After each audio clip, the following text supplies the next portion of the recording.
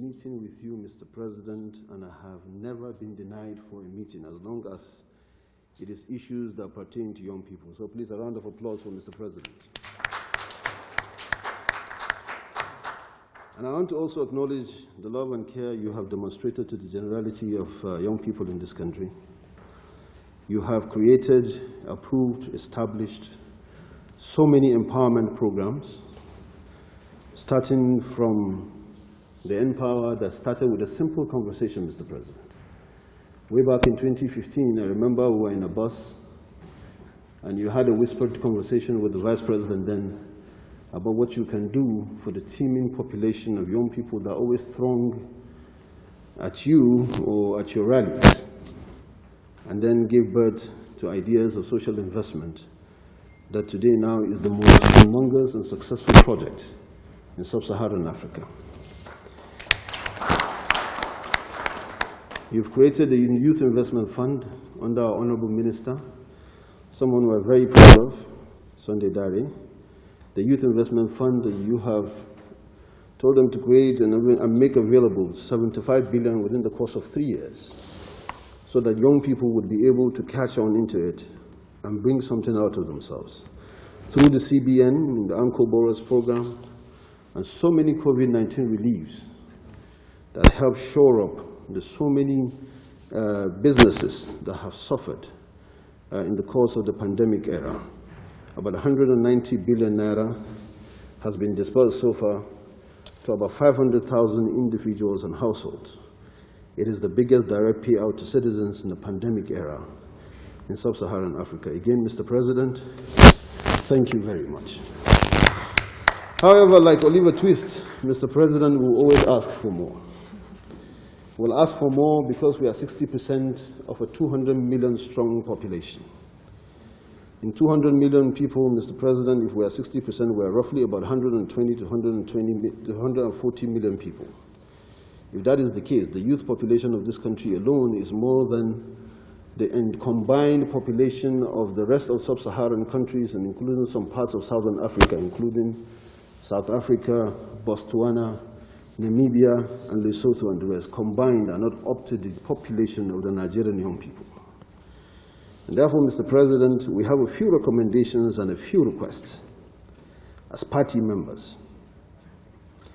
The legacy, your legacy, Mr. President, is more important to us as young people than it is to anybody who is older.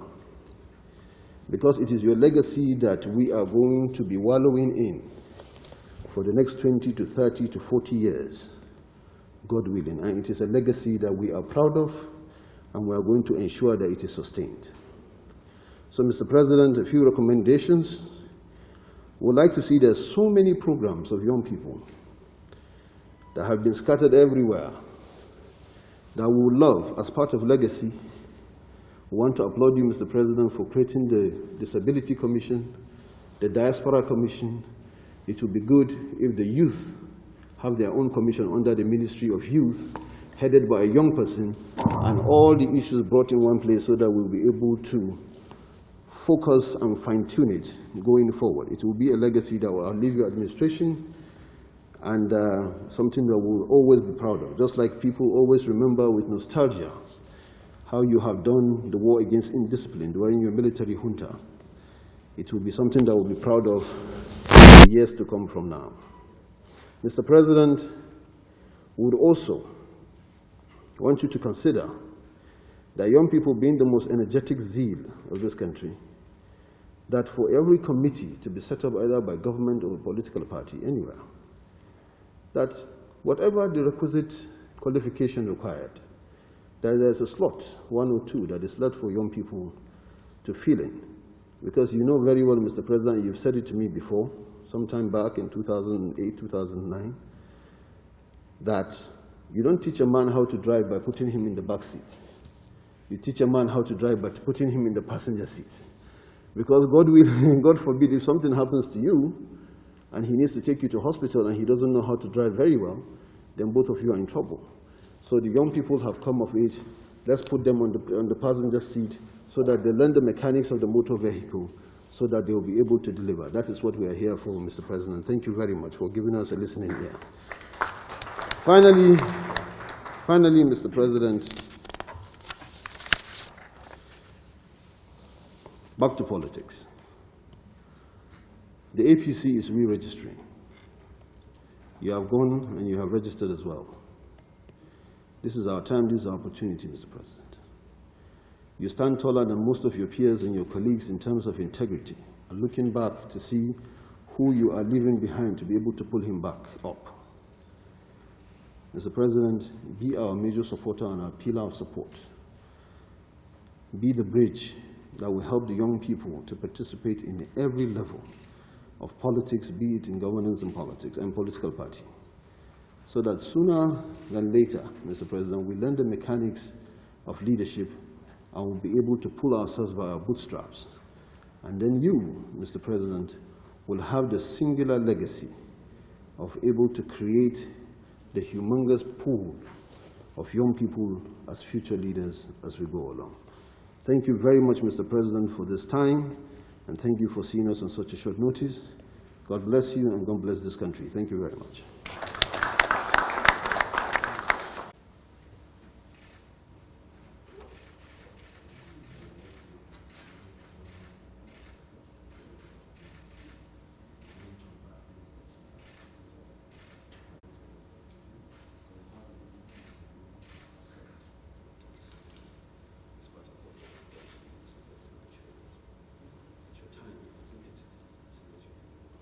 Thank you very much.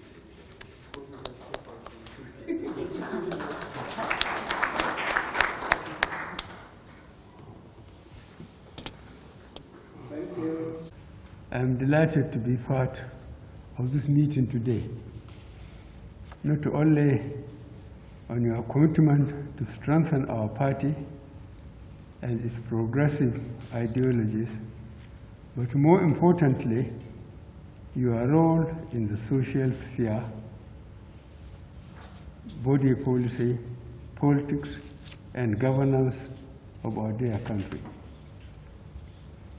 Having started my participation in the governance of this country at a young age myself, I know the energy, versatility, and vibrancy that youth can bring into public service. This is why I take every issue related to young people very seriously and try as much as possible to engage them by having constant conversation to gain from their useful and inspiring insights into issues of today. I have followed with keen interest the efforts of many of you in your bid to grow our party, the All Progressive Congress, into a strong and long-lasting platform that will sustain progressive governance in Nigeria. Taking issues concerning our party seriously is commendable and shows your forward-looking aspects.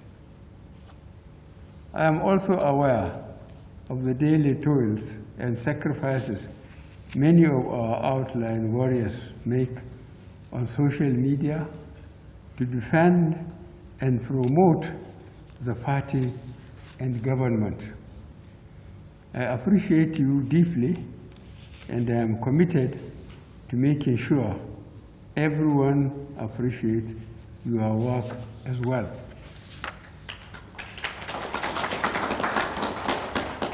As younger people, I am sure you know your future is closely tied to the progress that leaders who emerge through the political parties are able to deliver. This is the major reason I vehemently supported and advocated for the APC's membership, registration, and the revalidation, and that whoever among you seek to participate honestly in uplifting this country through the instrumentalities of party politics is able to do so. I was in Daura to rehabilitate my membership, and I encourage you all to do the same. My belief and firm commitment is that politics is a game of numbers, and political power truly belongs to the people. Parties are built from the ground up.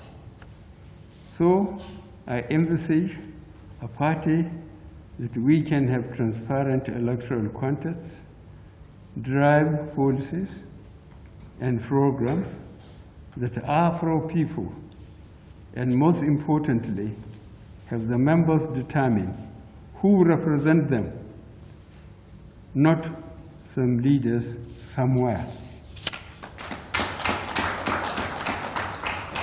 Tell your colleagues to go back to their constituencies and join in party registration, attend party meetings, pay your dues, make contributions, and bring your youthful energy and zeal to bear on the development of the party, right from the unit and ward level up to national. If you wanted to see something different, you have to be willing to do something different. Let me also acknowledge the suffering and the disruptions caused by coronavirus. The pandemic has slowed down economic growth across the world, not just in Nigeria, thus proving that no one country or economy is immune to the shocks of life. In fact, Nigeria is lucky not to have been too badly hit by the pandemic because we took early precautions, coupled with our good fortune at having a predominantly young population, a demographic advantage I believe we need to harness more deliberately.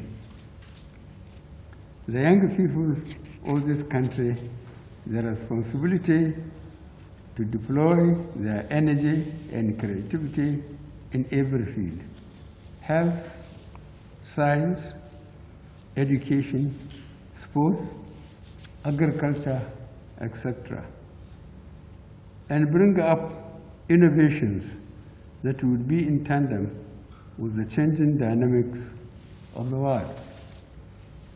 While I will be looking forward to a more robust engagement with young people across the country, I wish to emphasize to you with all that in me you have a major supporter. I will offer you my full support to grow in politics, public service, entertainment, entrepreneurship, and many other sectors, because I know that the future we envisage as a country cannot happen without our youth. In the days ahead, I will be engaging with the Minister of Youth, the national youth leader of the party, and others to fine-tune continuous and deliberate strategy on how to better drive a more robust youth inclusion and participation in different sectors. Lastly, I have listened to the grievances of the youth and taken some remedial actions last year, but I acknowledge the need to do a lot more. Consequently, I will be setting up a small committee made up largely of young people to engage with their peers, air their views, and come up with better ways to identify and address challenges and find durable solutions. It is my hope that by combining the wisdom and experience of the older generation with the foresight and energy of the young, we shall collectively drive this country to greater heights. Long live the All Progressive Congress. I thank you, and God bless the Federal Republic of Nigeria.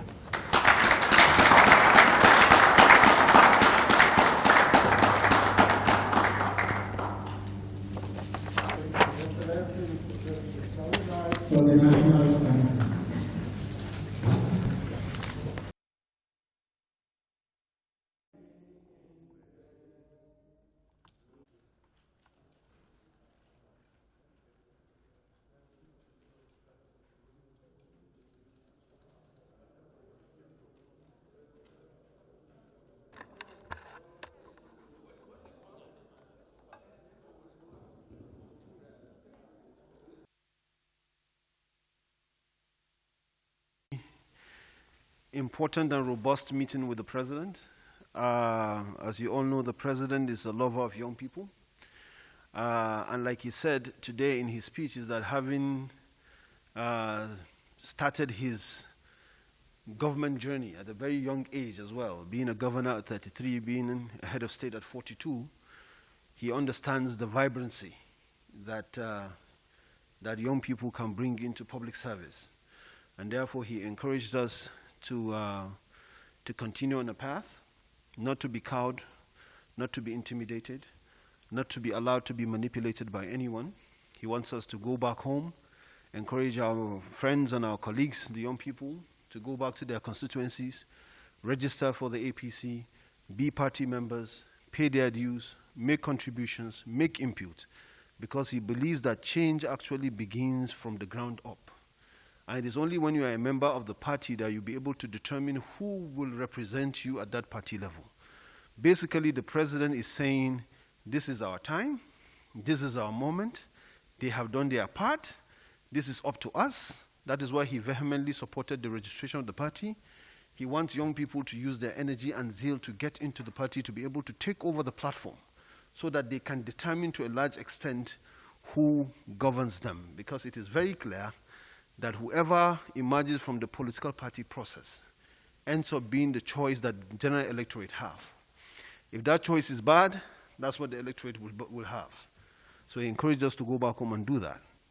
The president also mentioned the fact that he has listened to the agitations of young people across the country. And therefore, he's setting up a small committee made up of largely young people to go around the country and converse with their colleagues to come up with solutions on how to have an equitable distribution, of economic, political, and so many other things that we'll be able to do for ourselves. In simple words, the president encouraged us, let us not sit back, let us not wait for somebody to do it for us. We have in him, those are his words, you have in me a major supporter.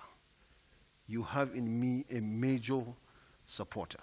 And that was what the president said. We're taking this gauntlet. We're going to every nook and cranny, every political unit word, 120,000 of them, the units, 8,812 wards, 774 local governments, 36 states plus FCT. We're going to tell every young people, this is your time. Don't sit back.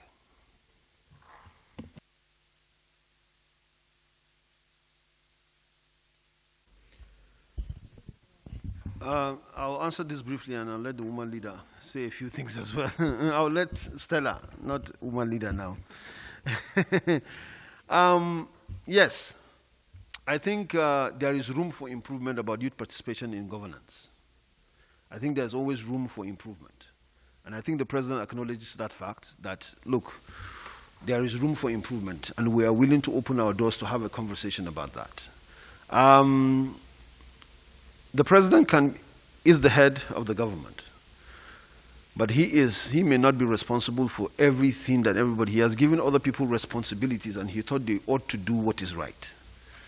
Our job now, because he has given us the go-ahead to engage, is to remind everyone that is either appointed or elected under the platform of the APC that you have a responsibility to include young people, And the president said, I am your partner and I'm your major supporter. So yes, there is room for improvement. And yes, this committee is going to ensure that we have an improvement in terms of engagement with young people in public service and in political office. Okay. You need to look right here because I happen to be the national woman representative of the All Progressive Congress and the youngest in the history of African politics. So there's nothing too much that the party has not started. The party has started in the right foot. We have young people now occupying such positions. Apart from that, we have very young people who got appointed at their early 30s, mid-30s into executive position. I also double on that. I happen also to be the executive director of the Nigerian Export and Import Bank. I was appointed by Mr. President at the age of 32. And at 35, 36, most likely 36, I'm now the national woman leader of the All Progressive Congress. So yes, the young people have opportunities to take a leaf from what has started. And I am very positive that by 2023, we'll have very more young people involved in the politics of Nigeria. But while we'll proceed to our congresses and our congresses at the world, local government, and at the federal level, we're also very hopeful that we'll have more young people lead the party at the grassroots, in the middle tier, at the state level, and also in the national.